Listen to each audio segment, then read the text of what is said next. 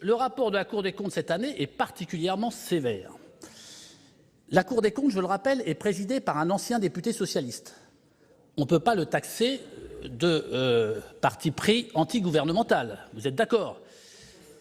Et la première remarque que fait la Cour des comptes fait la remarque, Monsieur le ministre, vous avez sans doute lu ce rapport. En tout cas, j'invite tous ceux qui nous regardent et ceux qui nous écoutent à lire ce rapport parce que c'est sans doute le plus documenté que j'ai pu voir sur les comptes publics. Et dans ce rapport, Monsieur le ministre, la Cour des comptes dit que la situation financière de la France est profondément dégradée. Je crois que c'est quelque chose qu'on ne peut pas cacher aujourd'hui. Il ne faut pas le cacher à nos concitoyens. On a une situation nette, alors ça ne dit peut-être pas grand-chose au commun des mortels, mais la situation nette, c'est la différence entre le passif et l'actif. Et cette différence est de 1 115 milliards d'euros. Ça veut dire qu'on a des dettes, on a des biens aussi en face de ces dettes, et ces biens sont inférieurs de 1 115 milliards d'euros.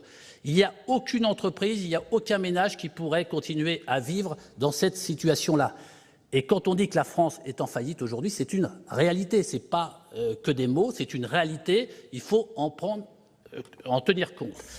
Et je dirais que, heureusement que dans ce contexte, les collectivités locales, on leur interdit d'emprunter pour leur fonctionnement, ce qui n'est pas le cas de l'État. Et la Cour des comptes relève d'ailleurs que la croissance de la dette, qui est à peu près de 60 milliards en 2015, contrairement à ce que vous avez dit tout à l'heure de stabilisation, 60 milliards de plus, ce n'est pas une paille. Donc, cette augmentation de la dette n'a financé que pour une très faible part des investissements. Et donc, ça veut dire qu'elle a financé du fonctionnement. Et ça veut dire qu'on vit à crédit.